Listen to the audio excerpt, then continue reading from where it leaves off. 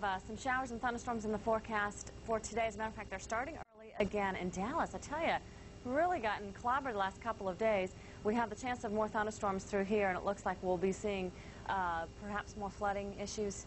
That's been the problem as of late because we've had so much heavy rain.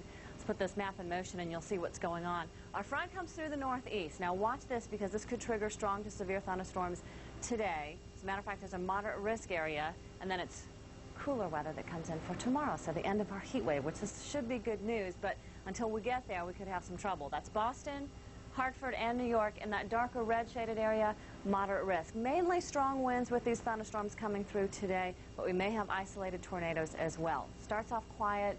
This is the time to just kind of glance outside and think about anything you want to bring in. Take the umbrella down, bring the kids' toys in, because when these thunderstorms come through, a lot of those may become projectiles with those strong winds that are expected.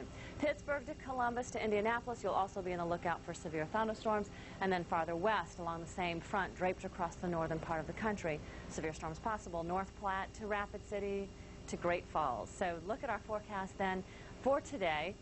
80s and some 90s through here. So our last day of heat wave, and there are some advisories in effect around Philadelphia. But then the cooler weather comes in, and you know what? It may not be lake weather.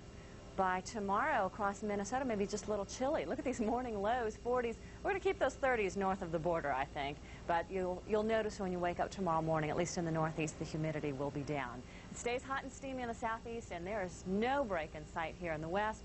The heat just continues to build over the next several days to come. We'll be seeing widespread 90s, 100s.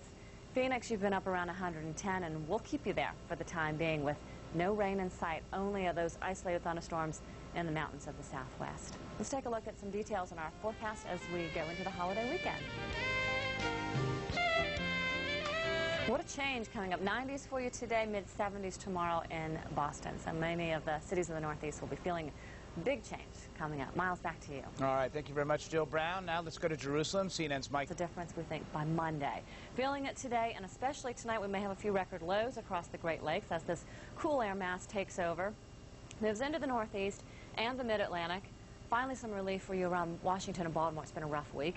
Southeast, no relief for you. Hot and humid, more thunderstorms in the forecast. We'll see more of the same, looks like, every afternoon through the 4th of July. And we'll get a closer look at the forecast for the 4th next time. Easy for me to say. Miles, back to you.